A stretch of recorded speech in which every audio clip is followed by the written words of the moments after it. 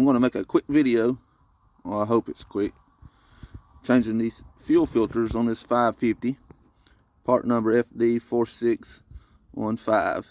If you know you're going to do this, I'm not too much on Amazon, but these came from Amazon. You can get them for $60.15, so about $63. Or Advanced Auto Parts right now is $115.87, I think. I looked it up yesterday, but I forgot. I used to do this myself on a different truck that I had. I used to have a 13 F350. I could never get the thing to quit sucking air. But this 550, the pump, the case, what the filter goes in, it's got a catch on it, so you actually know how many times to turn it. You can snap them if you turn them too much. And then you got the filter at the top. I took it to Ford one time, and I think it was in January of last year, and I was charged $320 to change the fuel filter. And I said after that I'll just do it myself. So I'll kind of try to show you how to do it real quick. So here's the housing. If you can sit here and take this here off, that sensor off. I like to mark it. There's where I previously marked it at. And I think you turn it 7 times, but there's no really guarantee of where you'll get it lined up at when you turn it back up. But like I said, this one's got a catch.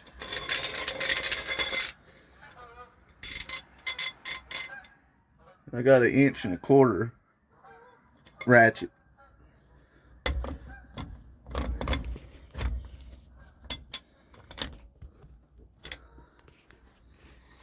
And I like to turn it about 3 times before I pull the drain nozzle.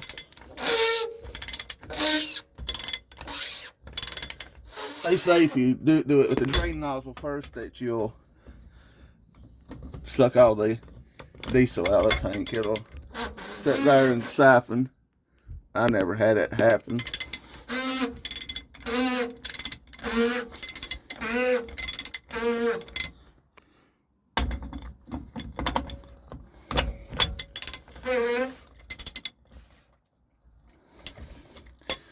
I think it may be about 2 turns, but I'll pour it out.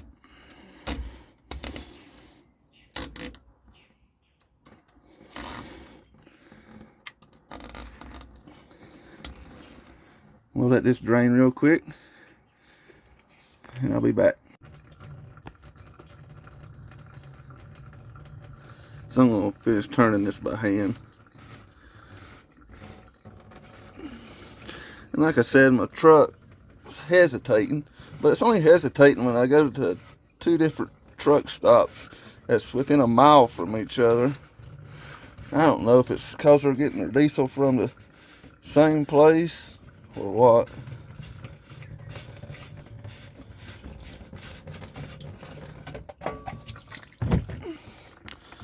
Alright. I like to shoot some brake cleaner in mine when I get the filter out of it. And it'll have, because it'll have like, sometimes it'll feel a little gritty inside. So I'm going to clean this real quick. This kit comes with the ring, the cartridge filter, and then the filter up there by the motor. So you got, the ring goes down at the bottom down here.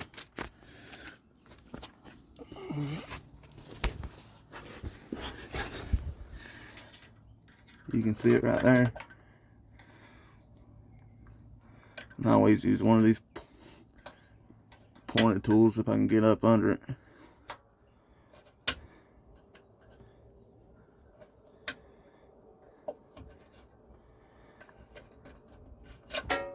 That's all that is.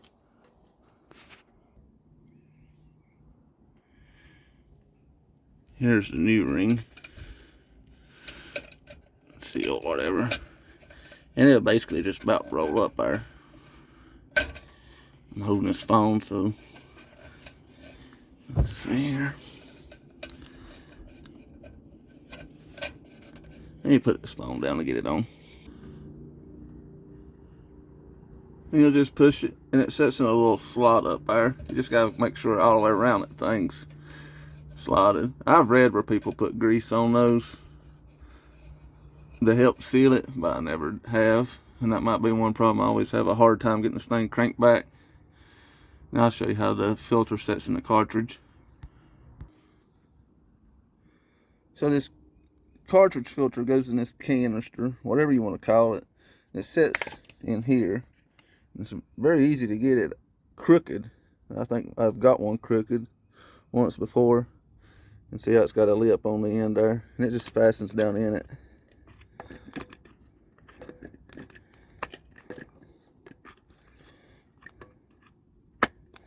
I see it right there.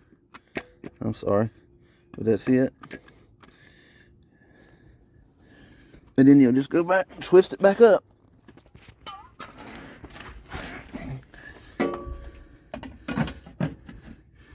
Like I said, I think it's 7 times, but this one here's got a catch. And you're never going to get it completely on the number. Depends on where it starts screwing in at.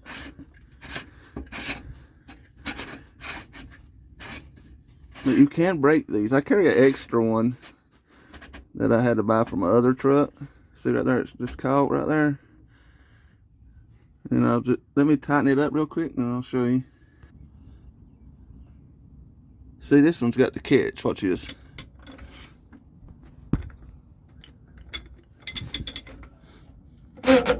Alright, and it can't go no further. So that is the catch. And tighten this here back up. And then fasten the harness back up. And like I said, that's where I marked it before. Because my F350 never had a catch on this thing. So it was a guessing game. And I would always have a problem where I wouldn't tighten it too much. And then I also had a problem where I busted one. And that's how I carry a spare one with me. And I'll always shoot it with the brake cleaner to get that diesel off of it that I just had my hand all over and what poured out. I like it to be clean underneath.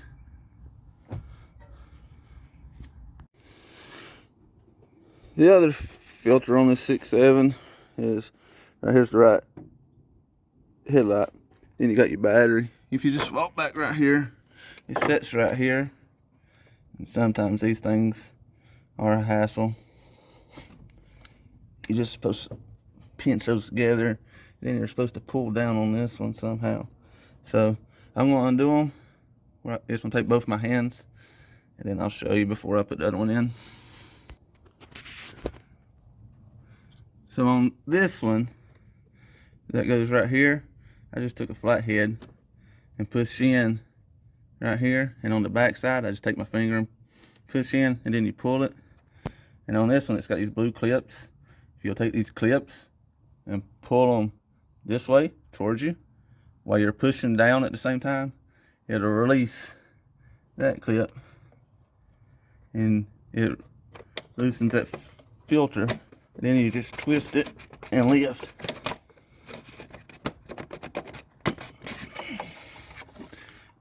And that's it.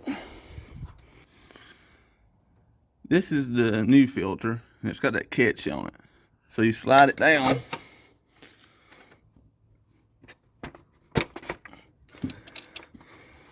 And you'll feel it get down there.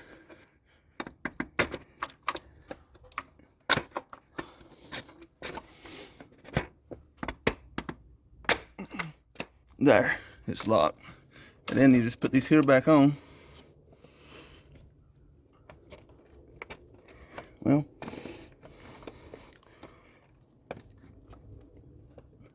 I mean, I don't know what you're doing.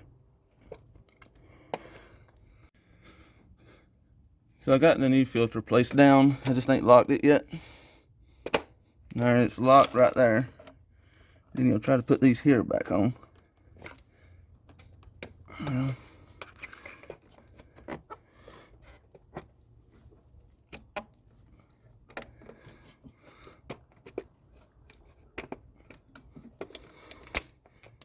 And there they are. Then just turn your engine on. Or not turn the engine on, turn the accessory on. And let it cycle through a little bit. And you can hear it.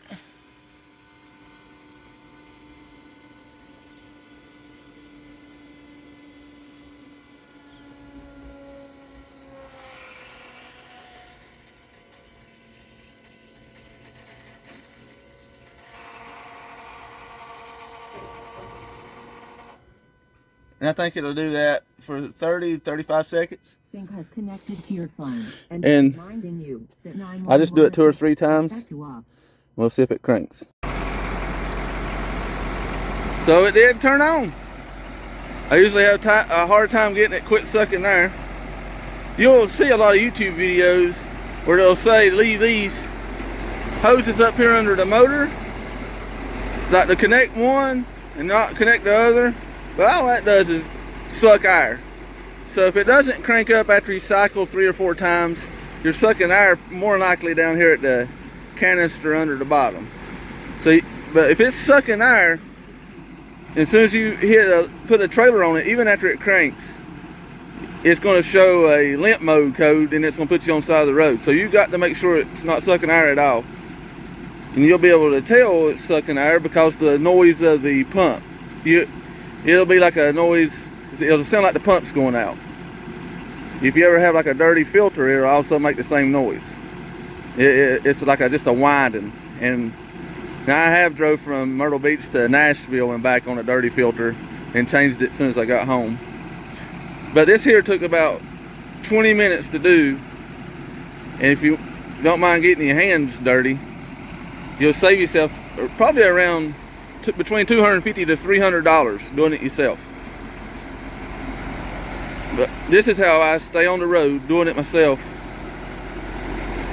Hey, if you like this content or like to haul cars, like and subscribe. And I should be leaving out Wednesday. I got something I gotta do tomorrow, and I'll be booking today or tomorrow for Wednesday. Thank you.